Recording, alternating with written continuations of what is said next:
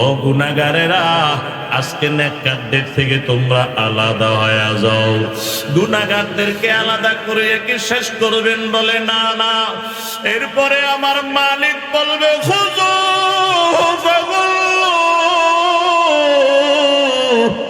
এদেরকে ধরো, জাহান্নামের শিকল বেরি করা, হাতে পায়ে গলায় লাগাইয়া দাও। জাহান্নামের শিকল বেরি করা লাগাইয়া দিবে। একটা কথা মিথ্যা বলতেছি না, কোরআন থেকে বলতেছি রে বাবা। বিশ্বাস না করলে ঈমান চলিয়া যাবে। খেয়াল করেন আমার বাবারা, হাতে পায়ে জাহান্নামের শিকল লাগাইয়া একদিকে কি নিরাপদে রাখবেন? বলে না না। এরপরে আমার মালিক বলবে ইউরাফুল মুজরিমুনা বিসিমাহুম ফায়ুখাযু বিন্নাওয়াসি ওয়াল আকদাম। আল্লাহ পাক বলবে এবার এদের কপালটার পাউটা ধরো। তাফসীরে লেখেন কপালটারে পায়ের দিকে টানো, পারে কপালের দিকে টানিয়া বাঁধো। কপালে পায়ের দিকে টানলে, পারে কপালের দিকে টানলে ফুটবলের মতো গোল হয়ে যাবে। বলে গোল বানাইয়া কি একদিকে ফালাইয়া রাখবেন? বলে না না। এরপরে আমার মালিক বলবে সুম্মাল জাহিমা সাল্লু, সুম্মাল জাহিমা সাল্লু ثم في سلسلة ذرعها 70 ذراعا فاسلكوه وسيق الذين كفروا إلى جهنم زمرا। আল্লাহ পাক বলবে আর দাঁড়া করায় রাখিস না, এরে আবার জাহান্নামের দিকে টানতে টানতে ধাক্কাইতে ধাক্কাইতে নিয়ে যাও। ও মুসলমান আমার বাবা, এই দুনিয়াতে সন্তানের সামনে আব্বার কলার কেউ ধরলে সন্তান সহ্য করতে পারে না। সন্তানের কলার আব্বার সামনে ধরলে আব্বাও সহ্য করতে পারে না। জান দিয়া হলেও এর বাঁচানোর চেষ্টা করে রে বাবা। ওই দিন গুনাহগার আব্বাকে সন্তানের সামনে টানিয়া হেঁচড়াইয়া ধাক্কাইয়া বেইজ্জতির সাথে জাহান্নামের দিকে নিয়ে যাবে। সন্তান একটা কথাও বলবে না। সন্তানদের নিয়ে গেলে আব্বাও একটা কথা বলবে না। নিয়া কি বাজান একদিকে নিরাপদে রাখবেন? বলে না না। একটা লাথি মারিয়া জাহান্নামের আগুনের ভিতরে ফালাইয়া দিবে রে বাবা। এমন আগুন কোন তলদেশ খুঁজিয়া পাইবা না। দুনিয়ার আগুন থেকে জাহান্নামের আগুন 69 গুণ বেশি মারাত্মক। ওই জাহান্নামের আগুনকে 1000 1000 1000 করে 3000 বছর পর্যন্ত তাপ দিতে থাকবে, গরম করতে থাকবে, করতে থাকবে, করতে থাকবে। এমন উত্তপ্ত গরমের ভিতরে যখন আগুনের ভিতরে ফালাইয়া দিবে, চিৎকার দিয়ে কান্না করবে আর বলবে ও মালিক গো, জাহান্নামের আগুন তো সহ্য করতে পারি না। ভিন্ন দিকে ক্ষুধাও লেগে গেছে, আল্লাহ একটু খানার ব্যবস্থা করিয়া দেন। আল্লাহ বলে লাইসা লাহুম তুআমুন ইল্লা মিন দারিব। ওই দিন কাঁটাদার খাদ্য ছাড়া কোনো খাদ্য থাকবে না। মায়ার নবী বলেন জাহান্নামের খাদ্যের ভিতরে 3টা জিনিস থাকবে। 1 নাম্বার কাঁটা, 2 নাম্বার বিষ, 3 নাম্বার দুর্গন্ধ। এই দুর্গন্ধযুক্ত কাঁটাদার বিষাক্ত খানা জাহান্নামের সামনে দিবি। জাহান্নামে তাকাইয়া দেখবে না না না, এই খানা তো আমি খাইতে পারবো না। দুনিয়াতে 1 লক্ষ টাকা দিলেও তো এই খানা খাইতাম না। তারপরেও ক্ষুধার জ্বালায় সেদিন মুখের ভিতরে দিয়ে দিবে রে বাবা। এমন কাটা গলার ভিতরে গিয়া খানাগুলা কাটা শুদ্ধ আটকিয়া যাবে। 1000 চেষ্টা করবে গলা দিয়ে নামাইতে, নামবে না। ওরে 1000 চেষ্টা করবে মুখ দিয়ে বের করতে, বের হবে না। চিৎকার দিয়া বলবে মালিক এমন খানা তো চাই না। কি খানা দিছেন কাটা নামে নাও। ও মালিক যদি একটু পানি দিতেন কাটার খানাগুলা নামাইতাম। আল্লাহ বলবে ফিরিস্তা জাহান্নামের আগুন দিয়া পানি গরম কর। ওই জাহান্নামের আগুন দিয়া পানি গরম করবে, টকবক টকবক টকবক করে পানি ফুটতে থাকবে। গরম ফুটন্ত পানি জাহান্নামের সামনে তুলে ধরবে, তাকাইয়া দেখবে না এ পানি তো পান করার উপযোগী নয়। তারপরেও ক্ষুধার জ্বালায় তৃষ্ণার জ্বালায় মুখের ভিতরে দিয়া টানা শুরু করবে। ও বাজান এত গরম হবে ঠোঁটের সাথে লাগলে ঠোঁট পুরে ভস্ম হয়ে যাবে, জিহ্বার সাথে লাগলে জিহ্বা পুরে ভস্ম হয়ে যাবে। এর গলা দিয়া পানিগুলা খানার ফাঁকে ফাঁকে নামবে, কাটা তো নামবে না। এ বাজান পেটের ভিতরে যাইয়া যত নাড়ি বড়ি পাইবে রে বাবা, সবগুলারে জ্বালাইয়া পোড়াইয়া পচাইয়া গলাইয়া একসাথে পায়খানার রাস্তা দিয়ে বের করে ফেলবে। ও যুবক ভাই, ও মুরব্বী বাবা, ও পর্দার আড়ালে আমার মা, ও বোনেরা গো, চিন্তা করিয়া দেখো নাই জাহান্নামের আগুন সহ্য করতে পারবানি? পারবা কি পারবা না? একটু দুনিয়ার আগুনটা জ্বালাইয়া পরীক্ষা করিও। দুনিয়ার আগুনে 1 মিনিট হাতটা রাখিও, যদি বলো না ভাই পারি না, নিশ্চিত হয়ে যাও জাহান্নামের আগুন সহ্য করতে পারবা না। এই জন্য আমার মালিকের ভুলিও না, নামাজ বাদ দিও না। এরে টাকা কামাই করতে গিয়ে আজকে নামাজ বাদ দিছো, কার জন্য কামাই করতেছো? মা বাবা, ভাই বোন, স্ত্রী, ছেলে মেয়ে। আল্লাহর কসম করে বলতেছি আজকে যদি টাকা কামাই করতে গিয়া ওই খাইয়ার কষ্টা রাস্তায় যদি ট্রাকের নিচে বাসের নিচে পড়িয়া মারা যাও, আজকে রাত্রেও তোমার লাশটা তোমার ঘরে ঢুকাবে না, উঠানের মাঝখানে নিয়ে ফালাইয়া রাখবে। ঘরে যদি কনকনে শীতের রাত্রে মারা যাও, শরীরে কম্বল থাকলে কম্বলটা টানিয়া নিয়ে যাবে। এরে তোমার খাট থেকে তোমার নামাইয়া শুধু টাইলসের উপর শোয়াইয়া দিবে, মাথার উপর মাথার নিচে বালিশও দিবে না। সকাল হইতে না হইতে তোমার ঘর থেকে তোমার বাহির করিয়া দিবে। এরে বাজান গোসলখানায় ঢুকাইয়া তোমার গায়ের গেঞ্জি আর তোমার গায়ের বরণের লুঙ্গিটাও খুলিয়া রাইখা দিবে। ওই ভোর বাজার থেকে 3টা সাদা কাপড় আনিয়া ওই 3টা কাপড়ে ঢুকাইয়া 4 জনে 4 কাঁধে নিয়া রামপুর মাদ্রাসার সামনে হাজির হয়ে যাবে। ওই তোমার মা কাঁদবে, ভাই কাঁদবে, স্ত্রী কাঁদবে, ছেলে মেয়ে কাঁদবে। কাঁদবে ঠিক, একজনও বলবে না আর একদিনের জন্য বাড়িতে রাখো, একজনও বলবে না আর একদিনের জন্য তারে ঘরে রাখো, কেউ বলবে না। 4 জনে 4 কাঁধে নিয়ে মাদ্রাসার সামনে নিয়ে আসবে। এরে বাজার নামাজটা পড়ানোর জন্য দাঁড়ায় যাবে। কেউ কেউ বলবে চেহারাটা দেখি, বলবে ডান দিক থেকে দেখে বাম দিকে চলে যান। ও যুবক, আজকে কত কাছের বন্ধু আছে ওই দিন একবার দেখিয়া ঘুরিয়া দ্বিতীয়বার দেখার জন্য আর আসবে না।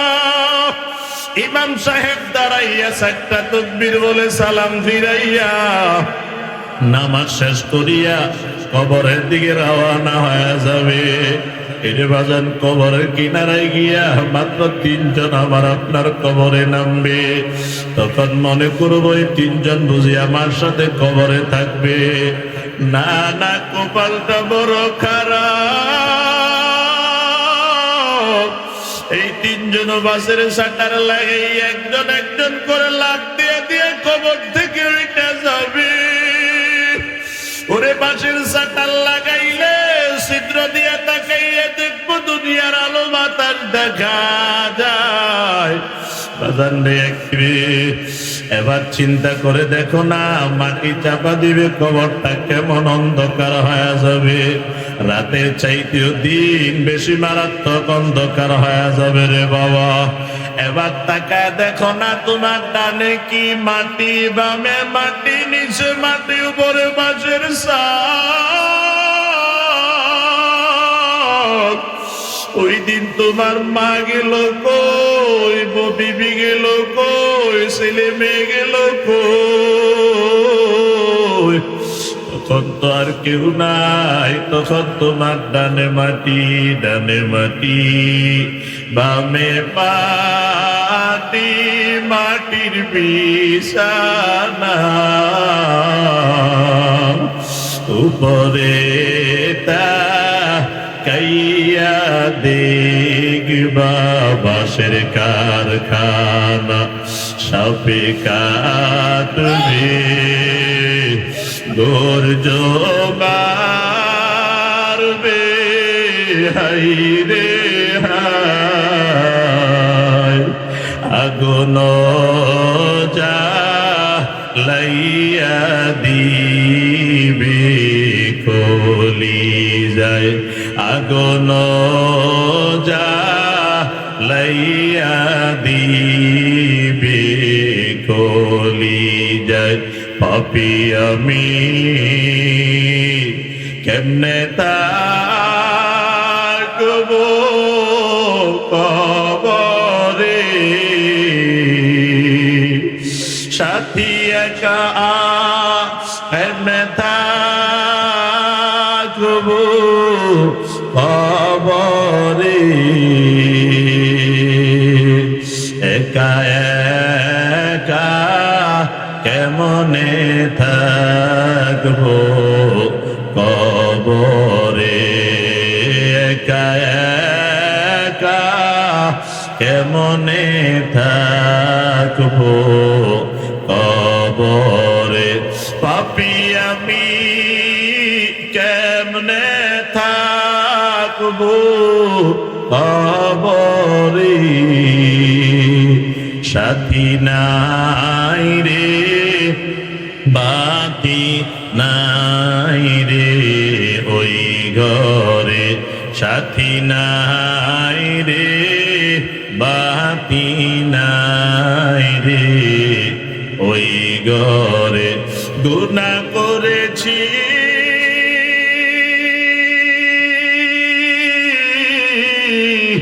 আর তো গুনাহ করব না, দয়া করে মাফ করে দে রব্বানা, দয়া করে মাফ করে দে রব্বানা। এই জন্য বাজান কথা শেষ, দুনিয়াতে 1000 টাকা দিলে একজন মানুষকে সকাল থেকে দুপুর পর্যন্ত 5 ঘন্টা সময় দিয়ে মাটি কাটি। এর 1000 টাকা দিলে সকাল থেকে বিকাল পর্যন্ত একজন মানুষকে সময় দিয়ে তার ধান কাটি। এর বাজান 1000 টাকার জন্য 5-6 ঘন্টা মানুষকে দিয়ে দিলাম। আমার মালিক তো আমার 1000 টাকার সম্পদ দেয় নাই। 2টা চোখের দাম কত চিন্তা করে দেখেন, 2টা কিডনির দাম কত চিন্তা করে দেখেন, একটা লিভারের দাম কত চিন্তা করিয়া দেখেন। একটা লিভার নষ্ট হইলে কোটি টাকা দিলেও তো আগের মতো লাগায় দিতে পারবে না। এত কোটি কোটি হাজার কোটি টাকার জিনিস আল্লাহ দিছে, একটা টাকাও নেয় নাই। ওই মালিকের জন্য 5-6 ঘন্টা দেওয়ার জন্য বলবো না, মাত্র 1টা ঘন্টা দিয়ে গো বাবা। 23 ঘন্টা নিজের জন্য রাখবা, 1টা ঘন্টা দিয়ে 5 ওয়াক্ত নামাজ পড়বা। 5 ওয়াক্ত নামাজ পড়তে সর্বোচ্চ 1 ঘন্টা লাগে রে বাবা। আজকে থেকে ইচ্ছাকৃতভাবে আর নামাজ কাজা করব না। মুসলমানের সন্তান যারা আছেন দেখতে চাই কারা কারা পারবেন, 2টা হাত দেখায় দেন। وَلَقَدْ ذَرَأْنَا لِجَهَنَّمَ كَثِيرًا مِنَ الْجِنِّ وَالْإِنسِ لَهُمْ قُلُوبٌ لَا يَفْقَهُونَ بِهَا وَلَهُمْ أَعْيُنٌ لَا يُبْصِرُونَ بِهَا ওয়ালাহুম আযানুন লা ইয়াসমাউনা বিহা উলাইকা কাল আনআমি বাল হুম আদল উলাইকা হুমুল গাফিলুন। আল্লাহ বলেন, জিন এবং ইনসানের অধিকাংশের জন্য আমি আল্লাহ জাহান্নাম বানাইলাম। কেন জানো? যাদেরকে আমি আল্লাহ চক্ষু দিলাম, কর্ণ দিলাম, অন্তর দিলাম, কলব দিলাম, আমার দেওয়া চক্ষু, আমার দেওয়া কর্ণ, আমার দেওয়া কলব কাজে লাগায় নাই, আমাকে চিনে নাই, বুঝে নাই, শুনে নাই, দেখে নাই। আল্লাহ বলে উলাইকা কাল আনআম, এরা হলো চতুষ্পদ জন্তুর মতো। চতুষ্পদ জন্তু মানে কি? চতুষ্পদ জন্তু মানে গরু, চতুষ্পদ জন্তু মানে কুকুর, চতুষ্পদ জন্তু মানে শৃগাল, চতুষ্পদ জন্তু মানে শূকর। আল্লাহ পাক বলে গরু আর কুকুর, শৃগাল, শূকরের মতো শুধু নয়, বালহুম আদল, গরু আর কুকুর, শৃগাল, শূকরের চাইতে আরো নিকৃষ্ট, আরো খারাপ। জোরে কোন নাউযুবিল্লাহ। বলেন না এটা কার কথা? সবাই বলেন বাবা, কার কথা? তাহলে এক দলের দাম কেমন হলো? শূকরের চাইতে নিকৃষ্ট। আরো এক দল আছে, বলছি সৃষ্টির পরে দুই দল হবে, দামও হবে দুই রকম। এক দলের দাম হয়ে গেল শূকরের চাইতে নিকৃষ্ট। আরো এক দল যে আছে তাদের দাম কেমন? আল্লাহ বলেন, ওয়ালাকাদ কাররামনা বনি আদম وحملناهم في البر والبحر ورزقناهم من الطيبات وفضلناهم على كثير ممن خلقنا تفضيلا। देखो जा करो आनो में ऐ मोहतरम मुस्तफा की उम्मती खैरुल उमम। আল্লাহ বলেন, ওয়ালাকাদ কাররামনা বনি আদম, অবশ্যই আমি আল্লাহ বনি আদমকে সম্মান দিয়ে সম্মানিত করেই বানাইছি। এদের সম্মান, এদের মান মর্যাদা, মূল্য কেমন? রাসূল এদের মর্যাদা বুঝাইতে গিয়া বলেন, বনি আদমের ভিতরে যারা ইলম অর্জন করার জন্য ঘর থেকে বের হয়ে যাবে, ভক্তের পিপিলিকা থেকে নিয়ে সমুদ্রের মাছ পর্যন্ত তাদের জন্য দোয়া করবেন। এদের দাম কেমন? রাসূল বলেন, এরা যখন ইলম অর্জন করার জন্য ঘর থেকে বের হয়ে যায়, তো তোমরা দেখো এরা মাটির উপর হাঁটে। রাসূল বলে, না না, এরা মাটির উপর হাঁটে না, এদের পায়ের নিচে আসমানের নূরের তৈরি ফিরিশতারা তাদের ডানাগুলা বিছাইয়া দেয়। এদের দাম কেমন? রাসূল বলেন, এরা যখন ইলম অর্জন করার জন্য ঘর থেকে বের হয়ে যায়, ঘরে ফিরার আগ পর্যন্ত কোনো দুর্ঘটনায় যদি পথে মারা যায়, রাসূল বলে এরা সাধারণ মৃত্যুবরণ করে নাই, এদেরকে আল্লাহ শহীদের মর্যাদা দান করবেন। এবার বলেন দাম কম না বেশি? এক দলের দাম কেমন হলো? শূকরের চাইতে নিকৃষ্ট। আরেক দলের দাম কেমন হলো? তাদের খেদমত করার জন্য ফিরিশতারা নিয়োজিত। জোরে কোন সুবহানাল্লাহ। বলেন না এবার বাবা, আসতে পারি না, পাঠাইছেন কে? সবাই আল্লাহর নাম নেন না, যে গুনাহ হয় নাকি আল্লাহর নাম নিলে? বলেন না, আসতে পারি না, পাঠাইছেন কি? বানাইছেন কি দিয়া?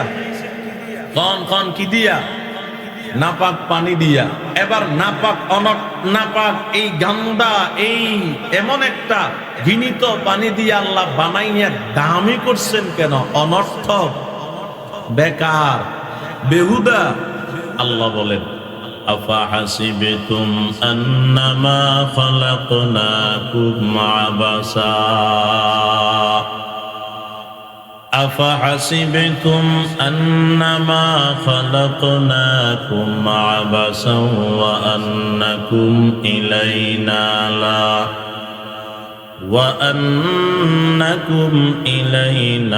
لا ترجعون।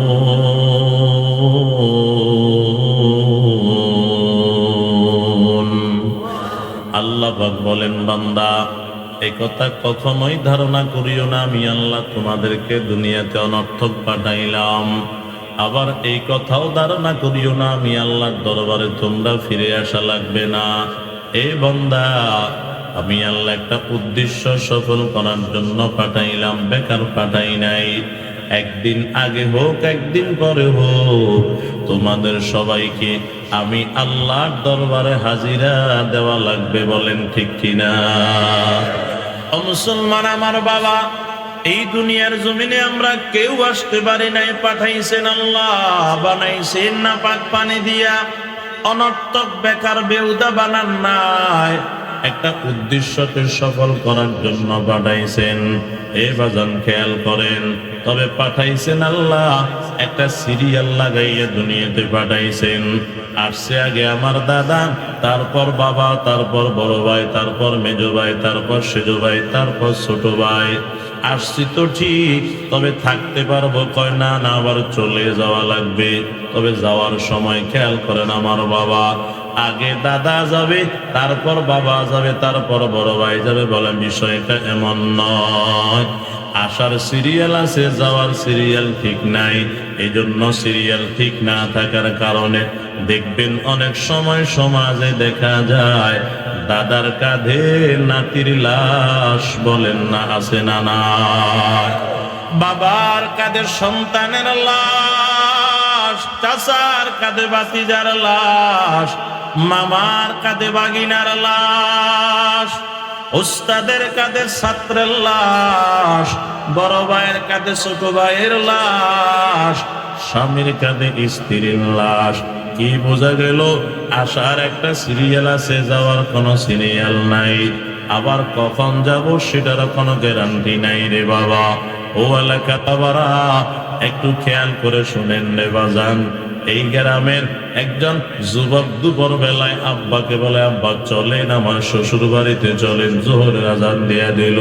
আব্বা কয় না, যাব না। কেন যাবেন না? রাগ করছেন? রাগ করি নাই তো, কেন যাবেন না? ও সন্তান শুনিয়া লাও, তোর শ্বশুর বাড়ি মানে আমার বিয়ের বাড়ি, সেখানে আমার একটা ইজ্জত সম্মান আছে। তাকাইয়া দেখ আমার শরীরটা এলোমেলো, আমি প্রস্তুত নয় বলে কি এলোমেলো, আমার চুলগুলা কত বড় হয়েছে তাকাইয়া দেখ। যদি সকালে বলতি কষ্টা বাজারে গিয়া চুলগুলা কাটায় আসতে পারতাম, মুখটা অনেকদিন শেভ করতে পারি নাই, সকালে বললে একটু শেভ করে আসতে পারতাম। পাঞ্জাবিটাও আয়রন করা নাই, সকালে বললে একটু আয়রন করে নিতে পারতাম। চামড়ার জুতাগুলা কয়েকদিন আগে ছিঁড়ে গেছে, বললে এক জোড়া জুতাও নিতে পারতাম। তোর শ্বশুর বাড়ি আমার বিয়ের বাড়ি যেমনে তেমনে যাইতে পারবো না, সাজিয়া গুজিয়া প্রস্তুত হয়ে যাওয়া লাগবে। এর যুবক ভাইরা, এক যুবক আরেক যুবকের বাড়িতে, বন্ধুর বাড়িতে বেড়াইতে যায় বউ নিয়া। বউ কয় মিষ্টি নেও, টাকা তো নাই। ফল নেও, কয় তাও টাকা নাই। তাহলে এক প্যাকেট বিস্কুট, এক প্যাকেট চানাচুর, কয়েকটা পটেটো হলেও নেও, খালি হাতে যাওয়া যাবে না। এর বাজান খেয়াল করেন, খালি হাতে গেলে মানুষ লজ্জা দিবে, জন্য খালি হাতে যায় না।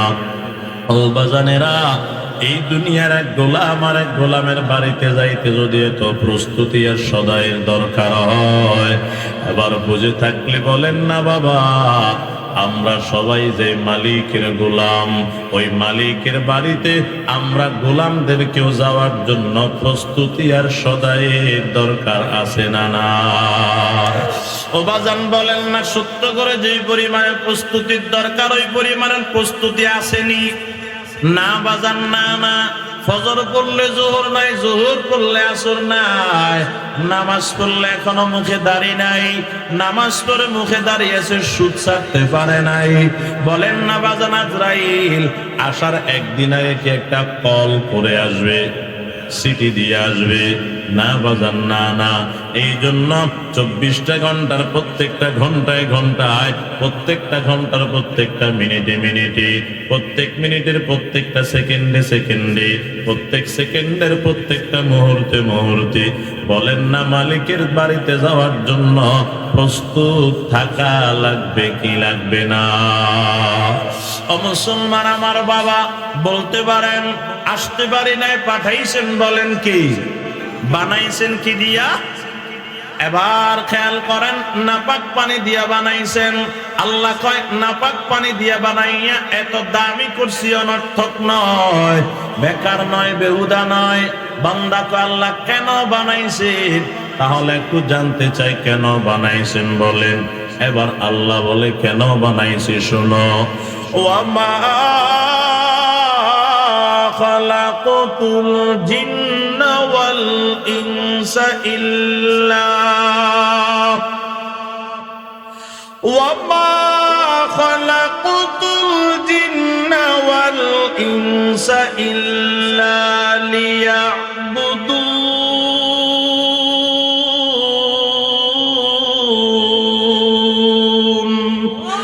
মা খালাকতুল জিন্না ওয়াল ইনসা বখা जुज़ इबादत निस्ते मक़सूद अज़ जहाँ आले राबगो जार मर्दे हाल शो पेश मर्दे कामिले पामाले शो जिंदगी मक़सूद बारी बंदगी बंदगी कुन बंदगी जिंदगी आ मत बराए बंदगी जिंदगी बे बंदगी शर्मिंदगी আল্লাহ পাক বলে জিন এবং ইনসানকে শুধুমাত্র কেবলমাত্র একমাত্র আমি আল্লাহর ইবাদত করার জন্য পাঠাইলাম। বলেন বাবা কার ইবাদত? আল্লাহর ইবাদত করার জন্য আসলাম। কথা শেষ, খেয়াল করেন আমার বাবা। এই দুনিয়াতে আসতে পারি না, এক নাম্বার পাঠাইছেন আল্লাহ, দুই নাম্বার বানাইছেন নাপাক পানি দিয়া, তিন নাম্বার বানাইছেন ইবাদত করার জন্য, চার নাম্বার খেয়াল করেন। এবার চার নাম্বার আমি বলে শেষ করব।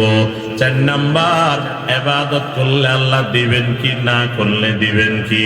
ইবাদত করলে কি দিবেন তাও আমার মালিক কোরআনের ভিতরে বলে দিয়েছেন। খেয়াল করেন, আল্লাহ পাক বলেন ইন্নাল্লাযীনা আমানু ওয়া আমিলুস সালিহাত কানাত লাহুম জান্নাতুল ফিরদাউসি নুজুলা ওয়া মান ইউতিল্লাহা ওয়া রাসূলাহু ইউদখিলহু জান্নাতিন তাজরি মিন তাহতিহাল আনহার।